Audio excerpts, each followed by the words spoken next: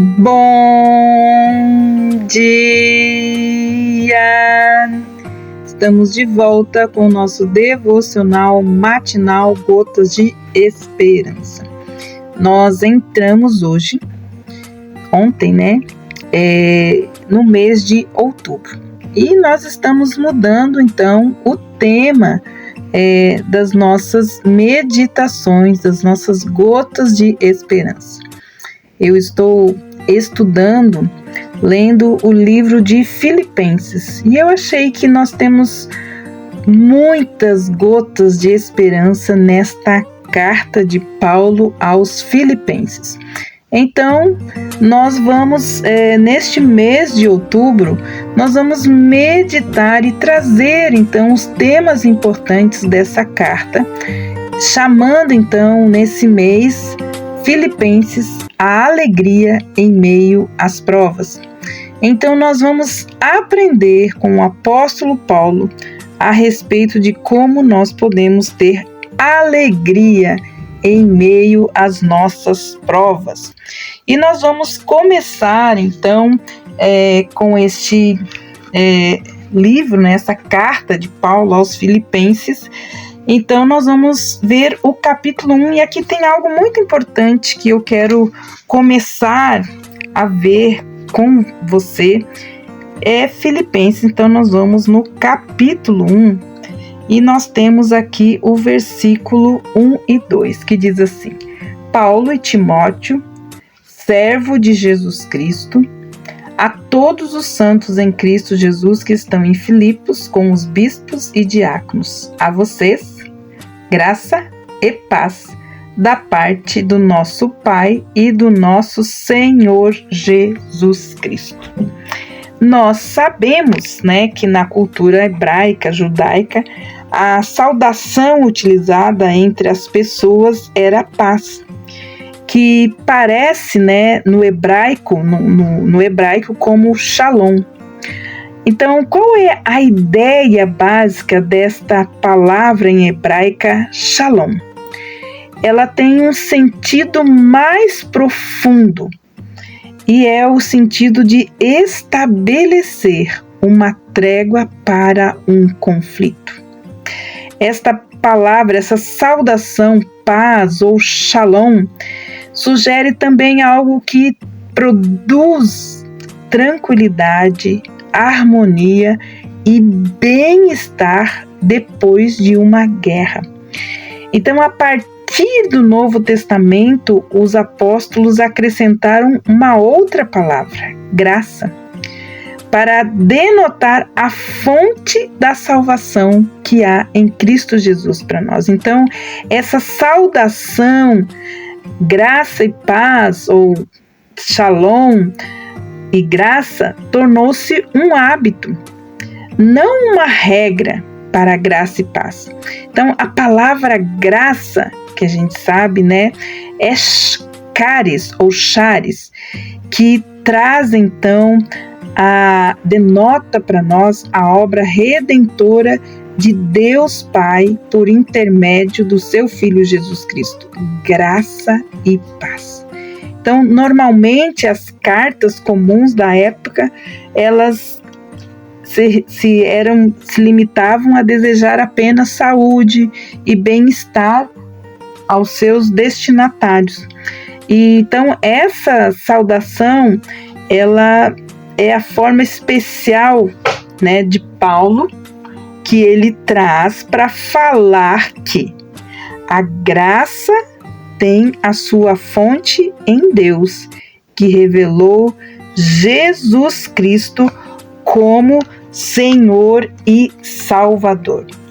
Já no versículo 3, nós temos outra parte desse texto, então, do capítulo 1, que diz assim: agradeço ao meu Deus todas as vezes que me lembro de vocês. Em todas as minhas orações em favor de vocês, sempre oro com alegria, por causa da cooperação que vocês têm dado ao Evangelho desde o primeiro dia até agora. E o 6, versículo 6, ele diz assim: e eu, estou convencido de que aquele que começou a boa obra em vocês vai completá-la até o dia de Jesus Cristo. Então aqui há razões que Paulo traz, então, as ações de graça, uma oração de gratidão. Então, dar graças a Deus pela lembrança que vinha à sua mente acerca dos cristãos de Filipos. Ele está aqui afirmando que, apesar dele estar preso fisicamente, ele sabia que os irmãos permaneciam firmes na fé, sem se deixar levar pelo engano dos falsos mestres que tentavam desmerecer todo o trabalho que ele tinha feito anteriormente. E é uma coisa importante que ele nos traz aqui, uma lição importante. Ele estava preso, sim, mas a palavra de Deus continuava livre. Mesmo ele sendo prisioneiro de César em Roma, a lembrança que ele trazia da igreja lhe dava forças para recordar e enviar a palavra de Deus, que ninguém podia prendê-la. Ele não podia estar resmungando fisicamente com os filipenses, mas sabe o que ele estava fazendo? Ele estava orando por eles. Pois a única coisa que não existe fronteiras neste universo é a oração. E aqui é uma oração de gratidão. Ele estava trazendo a memória. E quando ele traz a memória, o seu coração já entra, então, nessa posição de estar agradecendo. Então ele fala, todas as vezes que eu lembro de vós. Então ele está sugerindo para nós a importância de nós valorizarmos a história e as pessoas que fazem parte dessa história. A falta de memória tem produzido distorções dos nossos valores. E o espírito de gratidão tem se tornado raro em nossos dias. Então aqui, em seus pensamentos, Paulo lembrava a experiência amarga que ele tivera juntamente com Silas em Filipos, quando eles foram arrastados à presença das autoridades e condenados. Eles foram açoitados publicamente, suas vestes foram rasgadas, seu corpo foi ferido. Eles foram parar no cárcere da cidade, com os pés presos e em troncos dentro da cadeia. Porém, a recordação maior daquela prisão vivida por Paulo e Silas era o quê? O que fizeram com ele? Não. Era o livramento que Deus lhe deu e a conversão do carcereiro depois do terremoto. O sentimento mais forte na mente e no coração de Paulo era a convicção de que naquele momento ele estava preso, mas a palavra de Deus não estava algemada. Paulo entende ainda que ele de fato era prisioneiro de Cristo e não de César. Podiam colocar algemas nele, mas não podiam algemar o evangelho de Cristo, que é a manifestação da palavra de Deus. Não há limitação para ela. A palavra de Deus, amados, ela é poderosa, é livre para operar na vida das pessoas.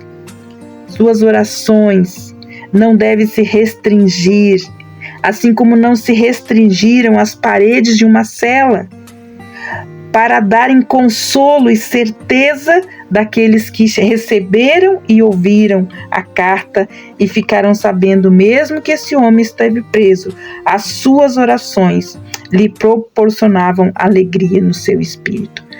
Então, o versículo 4 ele diz, fazendo sempre com alegria orações por vós em todas as minhas súplicas.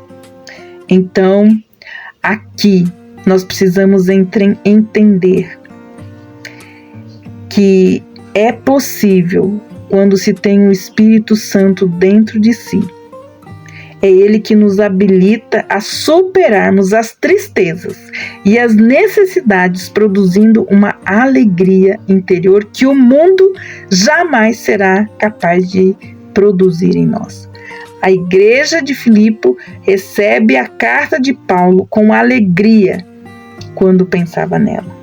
O que significam essas súplicas? Súplicas, ela tem o significado de tornar conhecida uma necessidade muito importante. Então, Paulo não faz uma oração qualquer, sem intenção. Ele faz um pedido a Deus por esta igreja. Na verdade, a súplica que Paulo faz em favor da igreja, nessa intercessão, é da compreensão que ele tem da necessidade da igreja. Então, Paulo reforça essa oração quando diz: o meu Deus, segundo as suas riquezas, suprirá todas as vossas necessidades em glórias. Dos vários tipos de oração, a intercessão é a que mais toca o coração de Deus. Amados, é muito importante que no meio da prova, da tristeza, seja o que for, nós possamos trazer à memória não o que está acontecendo, mas aquilo que Deus fez na sua vida, na sua história, e que a motivação entre no nosso coração e que as nossas orações sejam de súplicas, mas também de intercessão e de gratidão, pois são essas as orações de intercessão que tocam o coração de Deus. Como está a sua vida de oração e intercessão em meio às suas provas? Amados, amanhã nós voltaremos a procurar gotas de esperança nesta carta de Paulo aos Filipenses. Alegria em meio às provas. Deus te abençoe você e até amanhã.